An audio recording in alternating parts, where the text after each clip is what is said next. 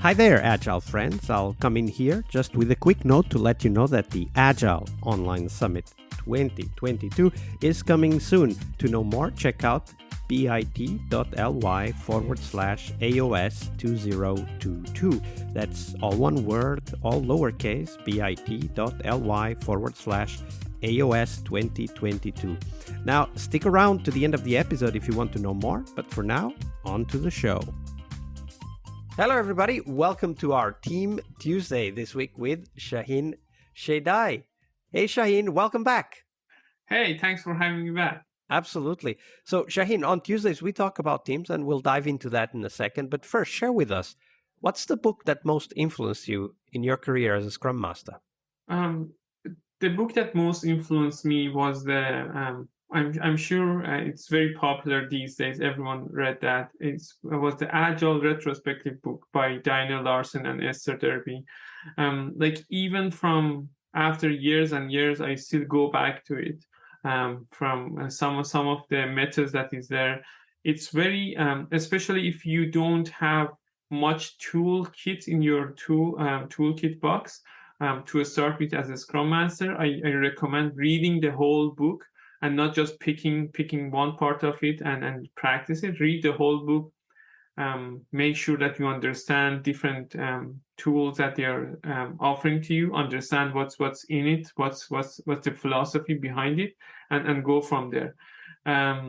Later on in my career, the book that really affected me and really had an impact on me and changed the way that I think about things was The Goal, but by Goldratt. So that's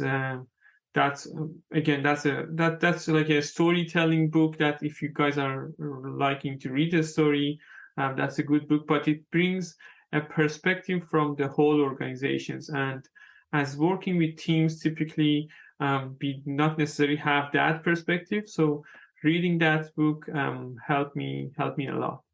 Yeah, absolutely. And definitely great recommendations, both of the books, Agile Retrospectives and The Goal by Goldratt. We'll put the link on the show notes so that people can easily find it. And The Goal, which introduces a theory of constraints, which is a whole management perspective on how to manage work, very close to what you would find in Kanban as well.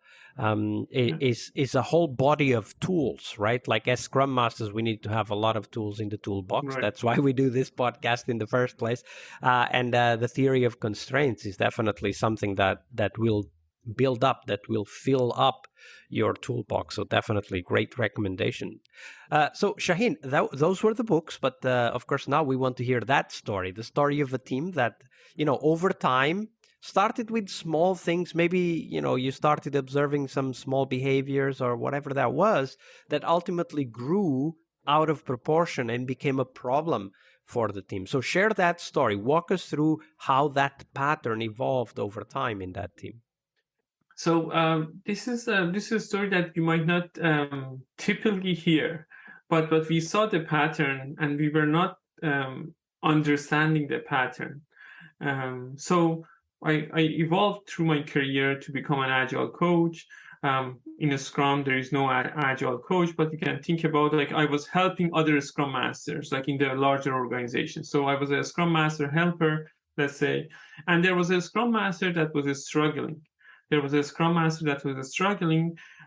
With showing the Scrum Mastership has value and Scrum has value. The team was delivering. The team was delivering what they committed to, but there were not that much energy in the team. They were not excited to improve. You wouldn't see you would see a normal 9 to 5 job. They come in, do their work. The managers are happy with them. There is nothing extensive. And the question that was coming to me was that why do we need to have a Scrum Master if I'm That's a great question, team? by the way. I've heard that many times. I mean, even Mm. CEOs have asked me that question. That's a great question. Exactly.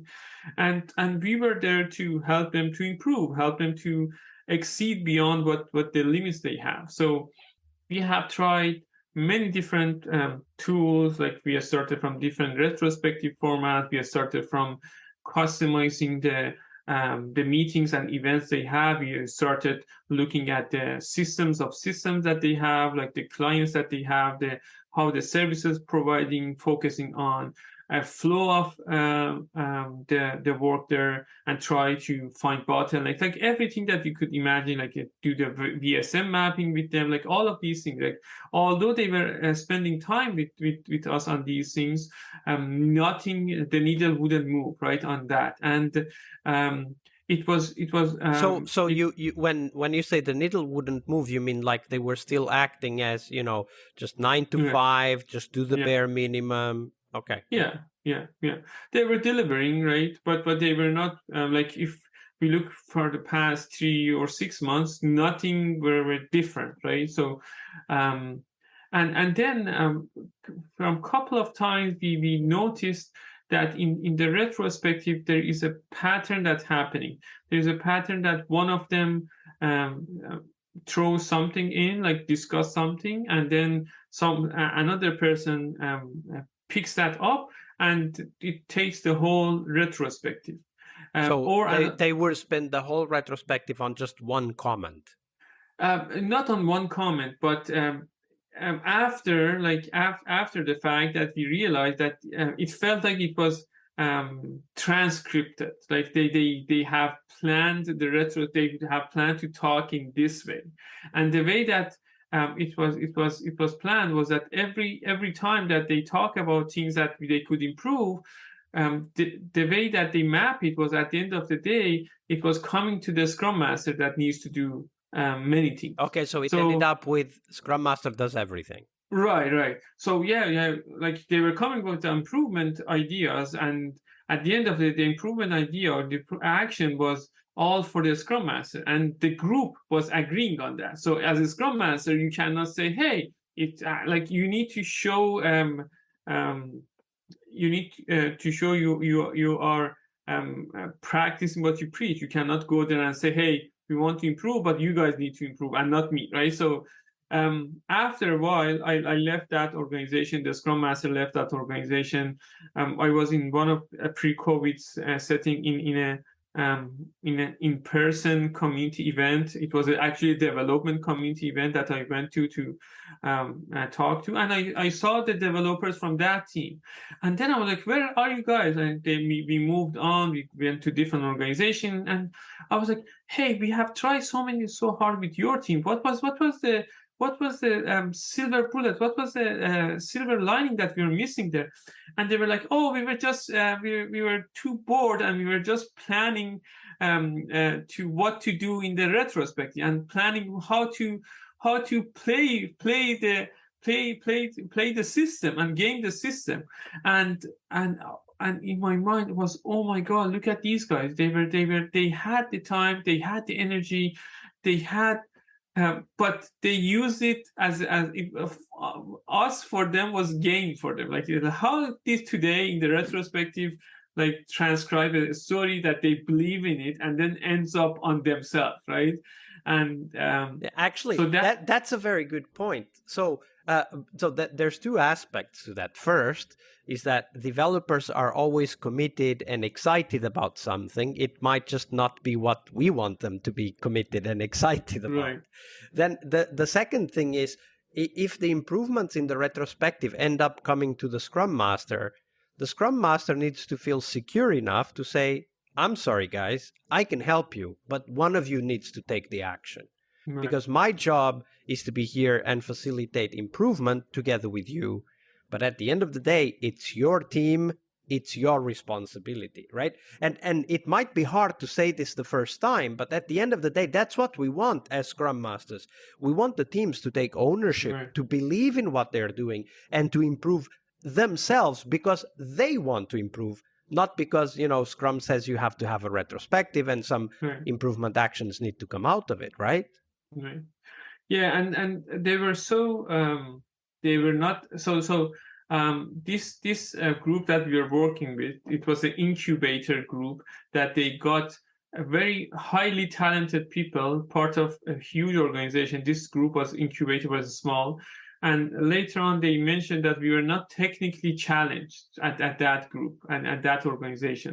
So we were trying to find other ways to spend our time. And that's why you would see, like if you would ask them what kind of like the improvement that they were looking for would be organization to change so that they can navigate the technical challenges better. And because the organization was not letting them to do that, like basically they were not asking for anything. And because the organization was saying that, hey, you need to have a Scrum Master for to make sure that you go through the Agile the right way, they were saying, okay, so we cannot tell them no, they are not like the organization. And we were just in the middle of all these things. Yeah, and that's actually a very important point, right? We need to be aware what all kinds of dynamics are going on around us as Scrum Masters.